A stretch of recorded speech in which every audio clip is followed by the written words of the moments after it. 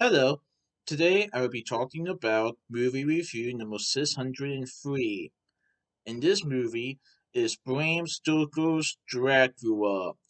This is the 1992 film that is directed by the same person who did the Godfather trilogy, Francis Ford Coppola. So, this is based on the 1897 novel Dracula by Bram Stoker.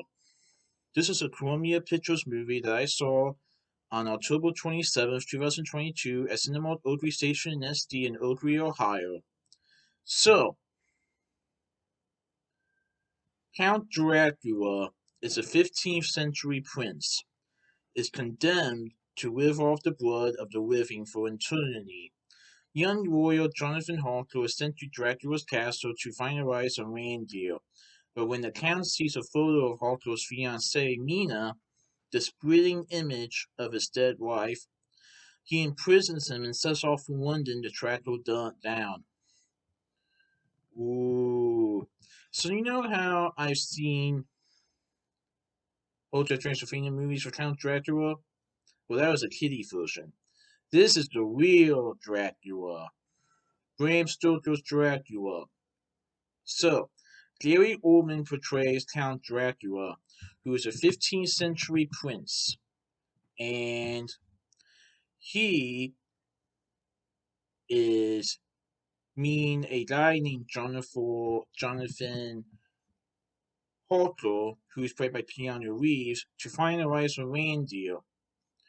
But what happens next is shocking as Count Dracula sees a photo of Harker's fiancée, who is Mina Harker, who is who has the similar features as Dracula's dead wife.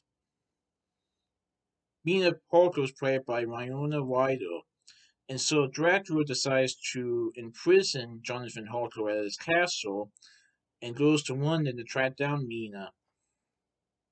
And it's a pretty good movie. So, besides the characters I just mentioned, we also see characters like Professor Adrian Van Helsing, who is portrayed by Anthony Hopkins. Hopkins also plays the priest and the principal narrator of this film. So, we also see Richard E. Grant as Dr. Jack Stewart, Carrie Ellis as Lord Arthur Harwood, Billy Campbell as Quincy P. Morris, Sadie Frost as Lucy Westeria, Tom Laws as R.N. Winfield. Ooh, Winfield. I heard him making a movie on that.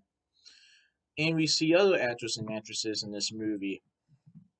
So, I think that Francis Ford Coppola really did a good job of directing who Dracula was, and Gary Oldman portrayed Dracula very well. And the only other Dracula adaptation I've seen is the 2014 Dracula Untold movie that Ruth Evans portrayed as Dracula. And I really enjoyed this movie. It is definitely suspenseful, a little dark, and thrilling, and you won't believe how it does. Now, here's a cool thing. This movie was re-released in theaters for its 30th anniversary. That's right, 30 years. That's incredible. And this takes place in medieval times, like in the 15th century.